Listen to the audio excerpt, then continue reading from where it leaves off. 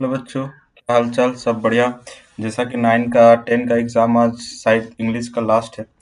English उसके बाद संस्कृत है, तो उससे पहले मैं आपको बता दूं तो आपका एग्जाम डेट कुछ दिनों के लिए बढ़ चुका है।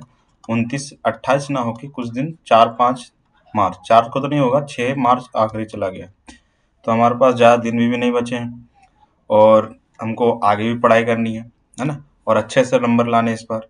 अगले बार 8 क्लास में जैसे मैंने तैसे ले आए थे, इस बार तो लाना है भाई। ए प्लस तो टारगेट तो रखे होगे ना सारे बच्चों ने। तो चलो चालू करते हैं। और ये पीवाईक्यू क्वेश्चन है। क्या है? PYQ question. मैं अधिकतर ध्यान देता हूँ पीवाई क्वेश्चन में, क्योंकि क्वेश्चन बाहर से आते ही नहीं। क्वेश्चन हमेशा रिपीट होते हैं, क्वेश्चन हमेशा रिपीट होते हैं। मैंने 10 के भी सारे क्वेश्चन करवाए, उस सारे के सारे पीवाईक्यू बेस्ड थे। मैं यहाँ से मैं वर्ड हैकर हूँ, ये हैकर, मैं नहीं बोलता भाई। मैं पीवाई क्वेश्चन लगता हूँ। आप अपने आप भी लगा लोगे तो आपका नंबर 40 आउट ऑफ 38 37 मिक्स हो जाएगा। 40 आउट ऑफ 40 हो ही जाएगा। ओके। और इस बार टारगेट ही हमारा 40 आउट ऑफ 40 है।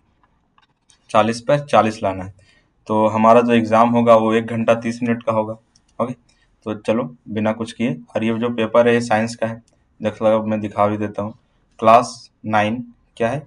क्लास 9 एग्जामिनेशन 2025 पेपर 2 विज्ञान साइंस थ्योरी एमसीक्यू टाइप, है ना। समय दिया जाएगा 1 घंटा 30 मिनट का दिया जाएगा। टोटल मार्क्स कितना रहेगा? 40 का। सारा क्वेश्चन है, ये 2025 का पेपर है, मैं साफ साफ बता रहा हूँ। ओके। तो चलो कुछ किए बिया ही स्टार्ट करते हैं, अपने क्वेश्चन की ओर जाते हैं। पहला नियम है गति का सबसे साधारण प्रकार क्या है? तो गति कैसी रेखा पे अच्छे से गमन करती है? अच्छा से गमन किस में करती है? सरल रेखीय गति में करती है ना। सरल रेखीय गति या सीधी रेखा पे गति करती है अच्छा से, तो वही हो जाएगा। शून्य का मान हो सकता है। शून्य क्या? दूरी शून्य हो सकता है? पागल है कोई तुमको बोलेगा कि 4 किलोमीटर चल के बोलता है 0 किलोमीटर चला है? आज तो कोई बोला तुमको 0 किलोमीटर चला है? विस्थापन शून्य हो सकता है, दूरी शून्य नहीं हो सकता, याद रखना। शून्य कौन हो सकता है? शून्य का मान विस्थापन हो सकता है। विस्थापन का मान शून्य हो सकता है, दूरी का मान शून्य नहीं हो सकता है। अगला क्वेश्चन है क्वेश्चन नंबर 3, ग्राफ।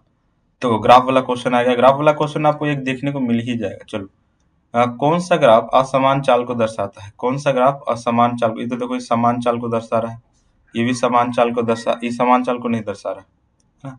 ये समान चाल को नहीं दर्शा रहा है, तो ऑप्शन नंबर बी हो जाएगा। क्या हो जाएगा? बी। ऑप्शन नंबर बी हमारा आंसर हो जाएगा। चलो, तो 4 नंबर का सवाल देखते हैं। निम्न में किस जड़त्व का नियम कहता है? गति का प्रथम नियम, गति का द्वितीय नियम, गति का तीसरा नियम। गति के प्रथम नियम को ही जड़त्व का नियम कहा जा गया है। यानी गति का जड़त्व नियम, जो जैसा है वैसा ही रहना चाहता है। जड़त्व का भी नियम यही बोलता है कि जो जैसा है वैसा ही रहना चाहता है। गति का दूसरा नाम फोर्स को डिफाइन करता है। नियम दूसरे फोर्स को डिफाइन करता है। तीसरा, अगर तुम जो किसी पे बल लगाओगे, दूसरा पार्टी भी तुम पे बल लगाएगा। अगला सवाल है, 24 kg द्रव्यमान की वस्तु 96 न्यूटन का बल लगाने पर उत्पन्न त्वरण यानी ए एक्सेलरेशन। तो याद करो F इज इक्वल टू क्या होता है? m इंटू ए होता है ना। ए हमको क्या निकालना है? त्वरण यानी ए निकालना है। ए इज इक्वल टू क्या हो जाएगा? F बाई एम ए हो जाएगा। F का मान कितना है? 90 न्यूटन, 96 न्यूटन है। और मास कितना है? 24 kg है। काटेंगे तो आ जाएगा हमारा 4। और ये आ जाएगा त्वरण का एसआई मात्रक क्या होता है? मीटर पर सेकंड स्क्वायर होता है ना। तो ये रहा मीटर पर सेकंड स्क्वायर। केजी मीटर पर सेकंड का मात्रक क्या होता है? केजी मीटर पर सेकंड का मात्रक होता है, केजी मीटर पर सेकंड का मात्रक संवेग होता है। क्या होता है? संवेग, है ना। क्या होता है? संवेग। क्या होता है? संवेग का होता है। अगला चलते हैं। सावित्रिक गुरुत्व तरंग क्या होता है? यानी यूनिवर्सल कांस्टेंट, है ना। कौन होता है? जी। एच तो कुछ इस तो के बाद में पढ़े नहीं, ये तो हाइट बताता है। जी तो है पृथ्वी के अंदर में लगने वाले गुरुत्वाकर्षण बल को बताता है। और जी बाहर में लगने वाले, पृथ्वी से बाहर, ये रहा पृथ्वी के अंदर लगने वाले को जी गुरुत्व कहते हैं, और पृथ्वी से बाहर लगने वाले को गुरुत्वीय त्वरांक कहते हैं। कोई दिक्कत है? स्थिरांक कहते हैं। मतलब पृथ्वी से बाहर लगेगा तो जी को बड़ा जी को दिखाया जाता है, और पृथ्वी पे लगेगा छोटा जी को दिखाया जाता है। तो अभी बाहर का बात हो रहा था। और ये सवाल आ गया, चंद्रमा पर 6 kg द्रव्यमान की वस्तु, चंद्रमा पर 6 kg द्रव्यमान की वस्तु, चंद्रमा पर 6 केजी के द्रव्यमान की वस्तु कितना भार होगी? देखो चंद्रमा पर 6 केजी का द्रव्यमान है, वस्तु का भार चंद्रमा में कितना होगा? अगर पृथ्वी में 6 किलो है तो चंद्रमा में कितना होगा? चंद्रमा में कितना होगा? तो देखो लगभग 6, और यहाँ कितना बल लगेगा उस पे? बल तो लगेगा ना, तो 9.8 मीटर का लगेगा। मल्टीप्लाई करोगे तो कितना आ जाएगा? यार ऐसा क्यों हो रहे हो, रुक जाया करो यार थोड़ा सा। चलो अब क्या हो जाएगा देखो, आगे बताते हैं। ये हो जाएगा हमारा, गुना होगा तो 58.8 आ जाएगा। 58.8 हो जाएगा, 58.8 हो जाएगा। उसके बाद क्या करोगे? 58.8 ये पृथ्वी पे लग रहा है, इसका न्यूटन है ना। अभी जब चंद्रमा में जाएगी तो क्या करता है, जो जो पृथ्वी में रहते हैं, जब वो चंद्रमा में जाते हैं तो उसके भार का 1/6 हो जाता है, गुना हो जाता है। 1/6 से क्या हो जाता है? गुना हो जाता है। उनकी भार का 1/6 गुना हो जाता है। तो सिंपल है, 1/6 क्या हो जाएगा? गुना। तो 6 है ना। तो अभी अब पृथ्वी पे कितना लग रहा था? 58.8, और 6 से गुना होगा मतलब 1/6 से गुना होगा, भागे होगा। काटेंगे तो आएगा हमारा 9.8 न्यूटन। क्या है? लो और हुंदी रहो बाहर बट रखे दे। 9.8 न्यूटन हो जाएगा। कितना हो जाएगा? 9.8 न्यूटन। तो हमारा जो भार होगा पर चंद्रमा पे वो 9.8 न्यूटन हो जाएगा। कितना हो जाएगा? 9.8 न्यूटन हो जाएगा। 9.8 न्यूटन होगा। कितना होगा? 9.8 न्यूटन होगा। 9.8 न्यूटन। अगला सवाल है, जूल पर सेकंड किसका मात्रक होता है? जूल पर सेकंड किसका मात्रक होता है? तो जूल पर सेकंड शक्ति का मात्रक होता है, और शक्ति का जूल पर सेकंड को वाट भी कहा जाता है। क्या कहा जाता है? वाट भी कहा जाता है, याद रखना। ओके, तो जूल पर सेकंड शक्ति का मात्रक होता है। सिंपल है, 1 केजी की वस्तु को कितनी ऊंचाई तक उठाने पर 9.8 जूल कार्य होगा? तो 9.8 उठाने पर ही उसका 9.8 जूल कार्य होगा। यदि किसी वस्तु का संवेग दुगुना कर दिया जाए तो उसकी गतिज ऊर्जा क्या होगी? यदि किसी वस्तु का संवेग दोगुना कर देंगे तो उसका गतिज ऊर्जा 4 गुना हो जाएगा। क्या हो जाएगा? 4 गुना। क्यों सर? क्योंकि kinetic energy is equal to P²/2m होता है। ओके, P²/2m मतलब संवेग को हम दोगुना कर दे रहे हैं तो गतिज ऊर्जा भी कितना हो जाएगा? 4 गुना। कितना हो जाएगा? 4 गुना। तरंगे किसका स्थानांतरित करती है? तो तरंग मतलब जो आवाज है वो किसको ले जाती है? ऊर्जा को ले जाती है। किसको ले जाती है? ऊर्जा को। अगला सवाल है, 13 नंबर का सवाल है, यदि कृमिक संपीड़न एवं विरल की दूरी 5 सेंटीमीटर है तो तरंगदैर्घ्य का मान क्या होगा? तो याद रखना, दोनों की अगर कृमिक और विरल की दूरी 5 सेंटीमीटर है तो तरंगदैर्घ्य की भी दूरी कितनी होगी? 5 सेंटीमीटर ही होगी। कितनी होगी? 5 सेंटीमीटर ही होगी। निम्न में कौन पदार्थ नहीं है? तो लालटेन तो है, लालटेन पदार्थ से बना है, चम्मच भी पदार्थ से बना है, कलम भी पदार्थ से बना है, लेकिन तुम्हारा जो सोच है क्या वो पदार्थ से बना है? नहीं सर, नहीं बना है। आगे चलो, आगे चलते हैं। तापक्रम का एसआई मात्रक क्या है? केल्विन। तापक्रम का एसआई मात्रक क्या है? केल्विन। तापक्रम का एसआई मात्रक केल्विन, यानी टेम्परेचर मापने वाला पूछ रहा था। गैस का द्रव्यमान में परिवर्तन कहलाता है सघन।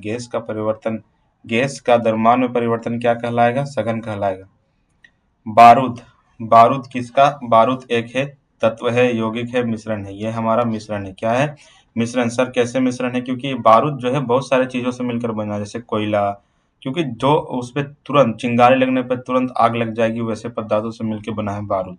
ओके, तो बारूद किससे? मिश्रण है, तत्व नहीं ना यौगिक है, याद रखना। निम्न में कौन कोलाइड नहीं है? तो निम्न में कौन कोलाइड नहीं है? वायु कोलाइड नहीं है। वायु के दूध में कोलाइड होते हैं, रक्त में भी होते हैं, कुछ ना कुछ मिले हुए रहते हैं, धुआं में भी कोलाइड होता है, पर वायु में कोलाइड नहीं होता है। अगला आता है, निम्न द्रव में कौन अनिश्चित है? द्रव यानी लिक्विड, है ना। अगर घनत्व जितना रहेगा उतना ही दिखाएगा, आयतन जितना रहेगा उतना ही दिखाएगा, द्रव्यमान जितना भार है उतना ही दिखाएगा, लेकिन आकार चेंज होते रहेगा। अगर गिलास में डाल दे तो गिलास का आकार, डूबी में डाल दे, कटोरी में डाल दे, कटोरी का आकार, एक बड़ा सा झार में डाल दे तो जार का आकार ले लेगा। तो घनत्व है ना, इसको मिटाने दो, रुक जाओ थोड़ा, नहीं तो कंफ्यूज आ जाओगे। हमारा जो आंसर होगा बी। निम्न में से द्रव में कौन अनिश्चित होता है? अनिश्चित कौन होता है? अनिश्चित आकार अनिश्चित होता है, मतलब चेंज होते रहता है, इसका आकार फिक्स नहीं रहता है। ओके। निम्न में कौन दो परमाणुक है? निम्न में कौन दो परमाणुक है? निम्न में कौन द्रव दो परमाणुक है? तो क्लोरीन है। कौन है? क्लोरीन, याद रखना। निम्न में कौन दो परमाणुक है? तो क्लोरीन है। कौन है? क्लोरीन। SO2 के एक अणु में सल्फर एवं ऑक्सीजन के भार का अनुपात। तो सल्फर कितना होता है? 32। कितना होता है? 32। ऑक्सीजन होता है 16। अब बताओ SO2 का क्या निकालना है अनुपात? तो S ऊपर और 2 नीचे। तो S होता है 32 और सल्फर एक ही को है तो 1 से गुना हो जाएगा। ऑक्सीजन का होता है 16 और कितना ऑक्सीजन है? 2। तो यहाँ हो जाएगा 32/32। काटेंगे तो 1:1 आएगा। तो ऑप्शन नंबर ए हो जाएगा। क्या हो जाएगा? ए। अगला सवाल जाते हैं 22 नंबर का। नाइट्रोजन गैस के लिए रासायनिक प्रतीक क्या है? नाइट्रोजन गैस के लिए रासायनिक प्रतीक पूछा। नाइट्रोजन का प्रतीक क्या है? Na2। क्या है? Na2। क्या है? Na2। नाइट्रोजन गैस पूछा है, ना कि नाइट्रोजन। अब आया 0.5 मोल CO2 का द्रव्यमान। द्रव्यमान पूछा है 0.5 में। तो पहले कार्बन का लिखो। कार्बन का कितना होता है द्रव्यमान? 12 ग्राम। ऑक्सीजन का होता है 16। 12 क्या हो जाएगा? 12 प्लस ऑक्सीजन है 2, 2 गुना 16 कितना हो जाएगा? 12, यहाँ हो जाएगा 32, ये हो जाएगा 44। कितना हो जाएगा? 44। अब 44 को कितना से गुना कर देगा? 0.5 से। कितना से? 0.5 से मल्टीप्लाई कर देगा। कितना से कर देगा? 0.5 से मल्टीप्लाई कर देगा। ये थोड़ा सा अजीब हो रहा है, थोड़ा सा रुक जाओ, पेंटेड थोड़ा अजीब हो रहा है। दोनों को मल्टीप्लाई करोगे तो 22.0 ग्राम आएगा, तो लगभग 22 ग्राम हम लोग लिख सकते हैं, लेकिन ऑप्शन में ये सारा एक्यूरेट दिया है। तुम इसको मल्टीप्लाई करना सर, करके दिखा दिए थोड़ा सा। अच्छा चलो इसको करके दिखा दे रहे हैं। 0.5 पॉइंट हटा, पॉइंट के बाद नीचे 10 जाएगा। 44 गुना 5 का पावर 10, 2 बचे, 5 के 5, 5 दूनी 10, काटेंगे तो 44 बार में खत्म, 22 बार में खत्म। तो 22 ग्राम लिख लो या 22.2 ग्राम लिख लो, एक ही बात है। ओके। अगला है उत्कृष्ट गैसों की संयोजकता कितनी है? तो 0 है। जिसने भी टिक लगाया सही लगाया इसको। किसी तत्व के समान आर्थिकों में किसकी संख्या भिन्न होती है? तो इलेक्ट्रॉन या प्रोटॉन या न्यूट्रॉन। देखो इलेक्ट्रॉन का होता है, प्रोटॉन का होता है कि न्यूट्रॉन का होता है? तो याद रखना हमारा किसका हो जाएगा? किसका हो जाएगा भाई? न्यूट्रॉन का। किसका? न्यूट्रॉन का। इलेक्ट्रॉन और प्रोटॉन समान होते हैं, न्यूट्रॉन हमारा अलग होता है। निम्न में कौन सा इलेक्ट्रॉनिक विन्यास विद्युत धनात्मक तत्व का है? तो ये होगा ये 282, क्योंकि लास्ट में 2 है, बस इसीलिए। आगे आ जाओ, आगे बहुत आगे आगे। गुणसूत्र बनते हैं, यानी तुम अपने पिताजी जैसा या दादाजी से कैसे दिखते हो? डीएनए से। किससे दिखते हो? डीएनए से दिखते हो, डीएनए की वजह से।